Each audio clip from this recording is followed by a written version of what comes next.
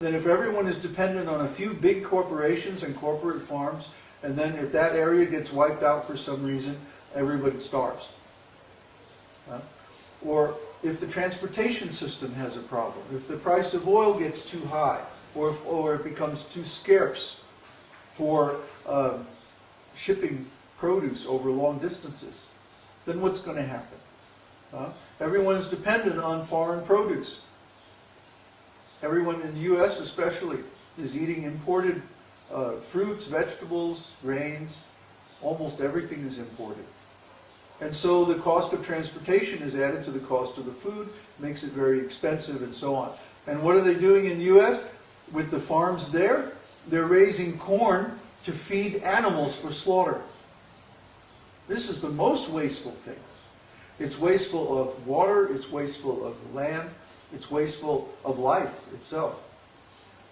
You can't take any one of these animals once they're killed and give them back their life. Nobody can do that. So what right do we have to take that life if we can't give it? See, Krishna can give life, but nobody else can give life. Therefore, we have no right to take their life. And this killing animals is the most destructive thing. You look at any examination of the statistics of meat eating, raising meat for slaughter, and you'll find it's very wasteful. It uses much more water, much more soil, much more infrastructure, much more capital, and causes more waste and pollution and so on per gram of protein than making a complete protein from mixing grains and beans. We could be using the same millions of acres that are used to raise corn to raise grains and beans and feed the whole world just from America's farms. You see? Because the efficiency is something like, I don't know, 50 to 1. So just for the pleasure of the taste of this meat, the taste of blood, the taste of flesh, we're mismanaging, misusing so much of valuable resources, driving the cost of food way, way, way, way up. It's totally unnecessary, totally stupid. So, let's learn how to stop this nonsense. And let's take responsibility for giving this knowledge to people that we care about in our local areas. Let's take responsibility for spreading this knowledge. It's so easy to invite your friends and show them this video. What's the problem? It's on YouTube. You can download it to your computer from our site. You can invite a few friends, show them the video, and then discuss. Give them a little nice prasadam, nice vegetarian food, and show them. You see how wonderful this process is. This esoteric teaching, this Vedic knowledge. This is going to last longer than the materialistic meat-eating civilization. Why? Because we already know a better way. We've known for thousands of years this better way. At one time, India was the richest, strongest country in the whole world. The British were so envious that, what was that guy's name? Lord, I want to say Fauntleroy, but some British lord made a speech, a public speech before, what is that called, the British Council?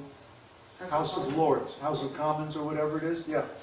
That, oh, this India is so rich, it's so opulent, we can't let this continue. We have to convince them that their culture is no good. That's the only way we're going to be able to defeat them. So they started this huge campaign of propaganda to convince the Indians to give up their culture and accept Hinduism. And Hindu is a racial slur.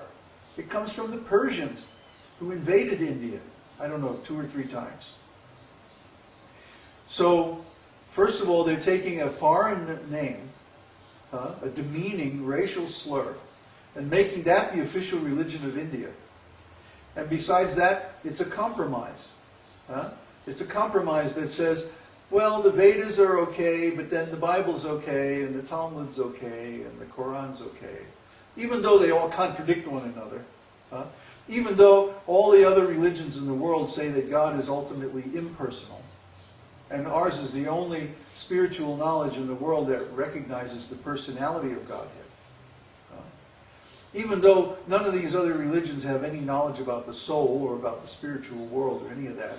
And even though they're just speculated by some guy off in a cave who had a hatred of the Vedic culture and wanted to destroy the Vedic culture, even though all these things are true, they're all equal.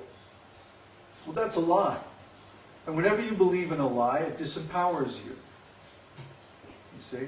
Just like one of our students was writing me, oh, my mother is very depressed because her husband just left her after so many years of marriage, and he had all these affairs over so many years.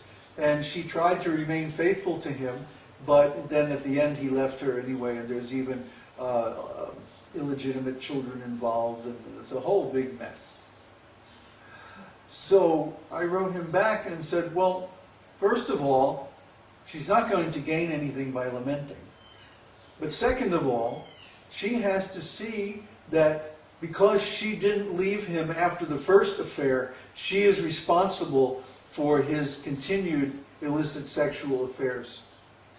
She is an enabler. She became his, by tolerating it and not stopping it right in the beginning, she is partially responsible for what happened.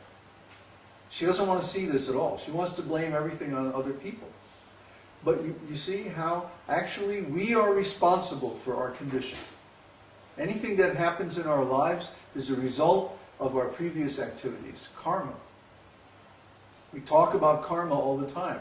But when it comes to the time of actually taking responsibility for what we did in the past that's causing our present suffering, oh, no, it's somebody else's responsibility. They did it to us.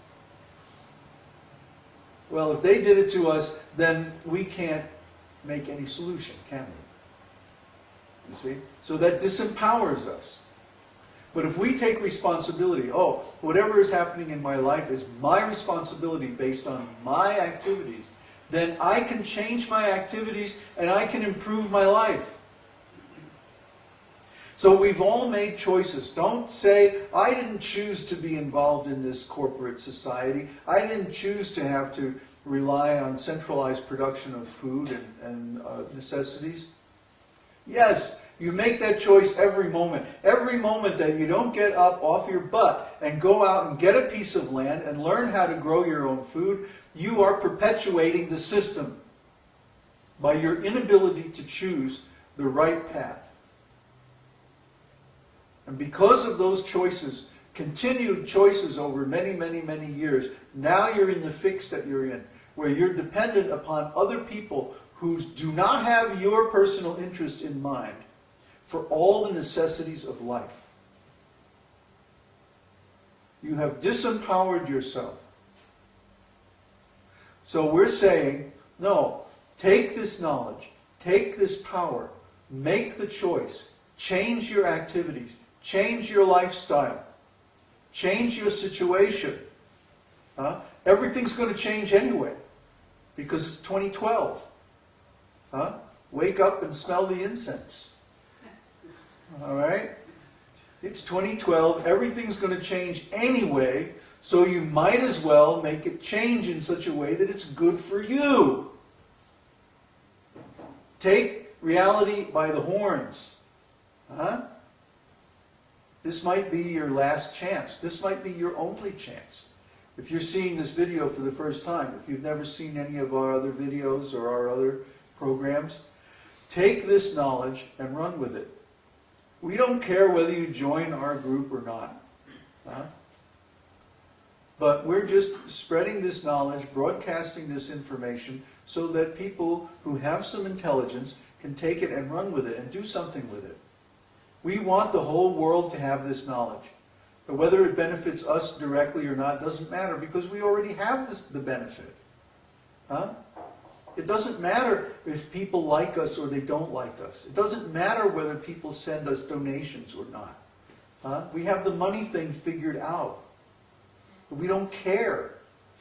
We care about the truth. We care about giving you the knowledge that you need to actually make your life better. We're like Bill Gates, we're like giving this stuff away for free just to help people, but not in a material way, in a spiritual way. And of course, if you accept spiritual knowledge, you'll also benefit materially. That's a given. Because the material is the effect of the spiritual.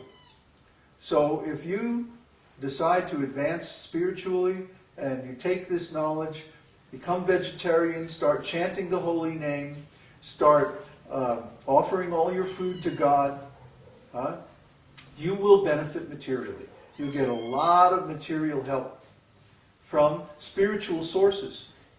Because God is all powerful. If you please God, you think He's not